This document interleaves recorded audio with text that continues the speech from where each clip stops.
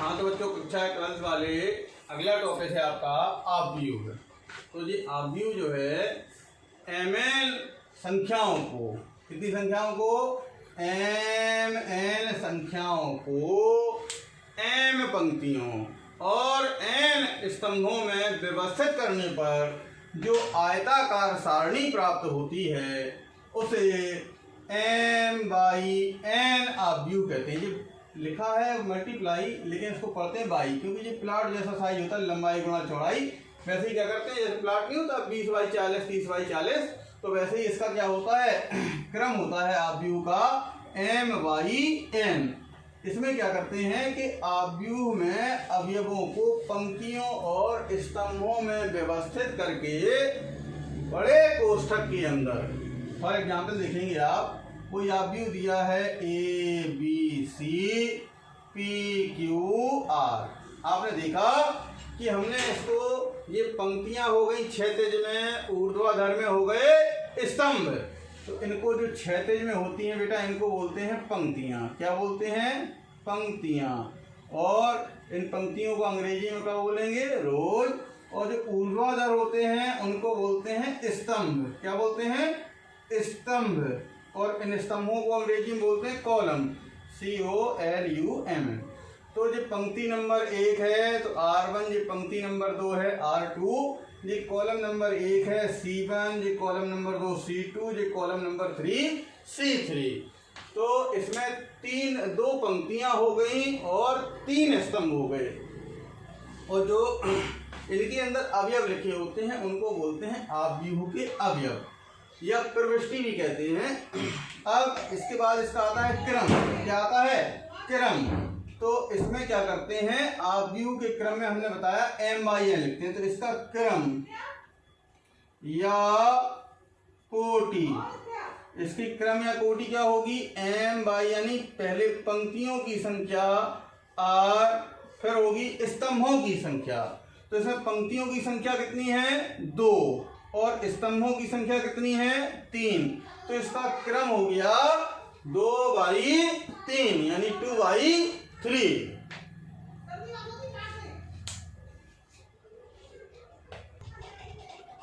हाँ तो है अगला क्या है, आव्यूह के प्रकार। अब ये आव्यूह के प्रकार में आते हैं तो नंबर 1 पर आता है क्षैतिज आव्यूह। तो क्षैतिज आव्यूह ऐसा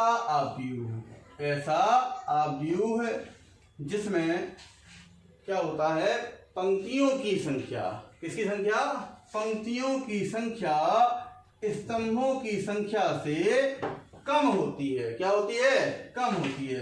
तो अगर पंक्तियों की संख्या में देखें आप P Q R, यहाँ पर आपने देखा पंक्तियां कितनी हैं, 2 हैं, और स्तंभ कितने हैं, 3। तो हमने इसकी डेफिनेशन में बताया कि ऐसा आव्यूह जिसमें पंक्तियों की संख्या स्तंभों की संख्या से कम होती हैं क्षैतिज आव्यूह कहलाता है, यानी क्षैतिज मीन्स हॉरिजॉन्टल। अगला आता है ऊर्ध्वाधर आव्यूह। कौन सा आव्यूह है, ऊर्ध्वाधर आव्यूह। अब जो ऊर्ध्वाधर आव्यूह आया, बिल्कुल इसका अपोजिट होगा।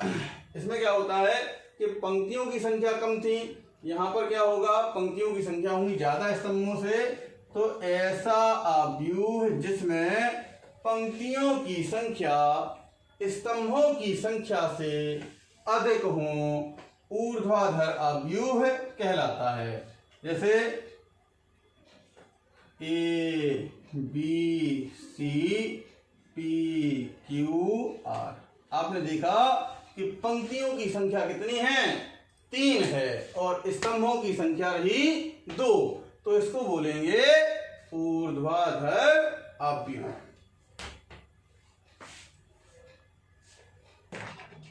हाँ तो इसी क्रम में तीसरा है वर्ग आव्यूह, स्क्वायर मैट्रिक्स। तो इसमें क्या होता है कि ऐसा आव्यूह जिसमें पंक्तियों की संख्या स्तंभों की संख्या के बराबर हो। आपने देखा इसमें पंक्तियां कितनी हैं, 2, और स्तंभ कितने हैं, 2। जब पंक्तियों की संख्या स्तंभों की संख्या के बराबर हो जाएं उन्हें बोलते हैं वर्ग आव्यूह। इसी क्रम में अगला एग्जाम्पल देखें, जरूरी नहीं कि 2/2 हो, 3/3 भी हो सकता है, 4/4, लेकिन होगा क्या कि पंक्तियों की संख्या सदैव स्तंभों की संख्या के बराबर होगा। तो ABCPQR XYZ। अगला है चौथा, वर्ग आव्यूह के बाद है पंक्ति आव्यूह अथवा पंक्ति सदस्य। पंक्ति आव्यूह अथवा पंक्ति सदस्य।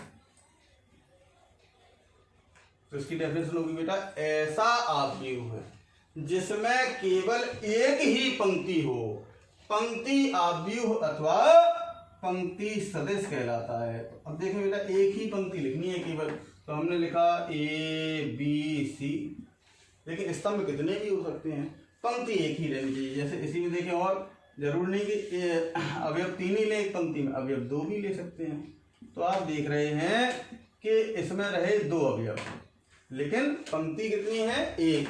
इसमें स्तंभ थे 3, पंक्ति थी 1, इसमें स्तंभ कितने हैं, 2, पंक्ति कितनी है, 1।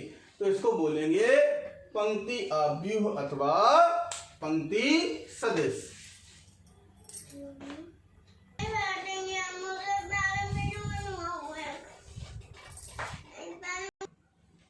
अगला है स्तंभ आव्यूह अथवा स्तंभ सदस्य। तो इसकी डेफिनेशन है, ऐसा आव्यूह जिसमें केवल एक ही स्तंभ हो। तो एक ही स्तंभ माने ABC, आपने देखा इसमें क्या है, एक ही स्तंभ है, पंक्तियां कितनी भी हो सकती हैं। ऐसे इसमें भी बना सकते हैं AB, पंक्तियां 2, स्तंभ 1। तो हमने बताया ऐसा आव्यूह जिसमें केवल एक ही स्तंभ हो, स्तंभ आव्यूह अथवा स्तंभ सदस्य कहलाता है। अगला है शून्य आव्यूह, शून्य अथवा रिक्त आव्यूह, जीरो मैट्रिक्स। अब इसकी डेफिनेशन क्या होगी, ऐसा आव्यूह जिसका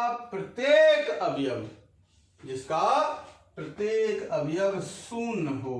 फॉर एग्जाम्पल आपने देखा इसके सभी अवयव क्या हैं, शून्य हैं। ऐसा भी हो सकता है 0 0 0 0, ऐसा भी हो सकता है 0 0 0 0 0 0 0 0 0। आपने देखा हर प्रकार का, इसमें कोई बाउंडेशन नहीं है कितनी पंक्तियां हो, कितने स्तंभ हो, लेकिन इसका प्रत्येक अवयव शून्य होना चाहिए। इसको बोलते हैं शून्य अथवा रिक्त आव्यूह। अब देखो इसको बोलते हैं जीरो मैट्रिक्स, तो इसको जीरो से ही यानी इसको O पढ़ लेते हैं, तो इसको O से प्रदर्शित करते हैं।